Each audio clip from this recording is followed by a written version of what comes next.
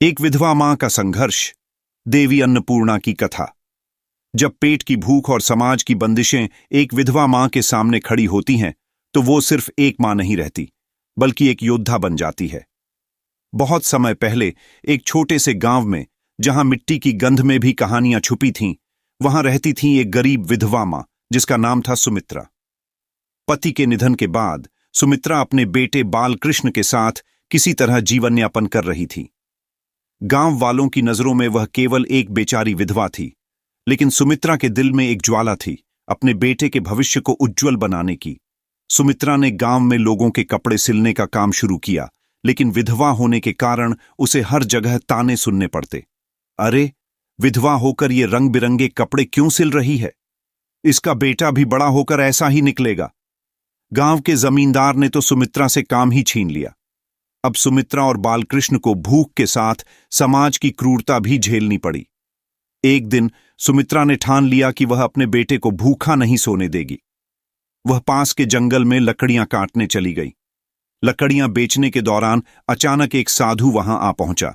साधु ने कहा, बेटी, भूख से ज्यादा बड़ा शाप इस संसार में कुछ नहीं। मुझे भोजन चाहिए और बदले में मैं तुम्हारी मदद करूंगा। सुमित्रा के पास खुद के लिए भी खाना नहीं था, लेकिन उसने अपने हिस्से की सूखी रोटी साधु को दे दी। साधु ने मुस्कुराते हुए कहा, तुम्हारा यह त्याग व्यर्थ नहीं जाएगा। जाओ, गांव के तालाब के पास अन्नपूर्णा माता की प्रार्थना करो। सुमित्रा ने साधु की बात मानी। तालाब के पास पहुंचकर उसने पूरी श्रद्धा से देवी अन्नपूर्णा से प्रार्थना की। तभी तालाब के जल में हलचल हुई और एक दिव्य स्त्री प्रकट हुई। यह कोई और नहीं, स्वयं देवी अन्नपूर्णा थीं।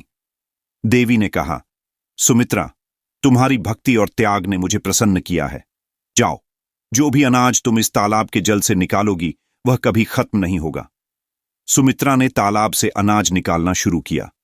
उसकी झोली में इतना अनाज भर गया कि वह अपने बेटे और पूरे गांव को खिला सकती थी। यह चमत्कार देखकर गांव वाले हैरान रह गए।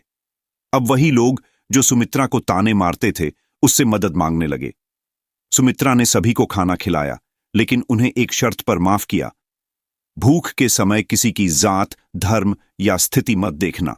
हर भूखा इंसान मदद का हकदार है। सुमित्रा का संघर्ष उसके बेटे बालकृष्ण के लिए प्रेरणा बन गया। बालकृष्ण बड़ा होकर एक विद्वान और न्यायप्रिय व्यक्ति बना। उसने गांव में ऐसी व्यवस्था बनाई कि कोई भूखा न सोए।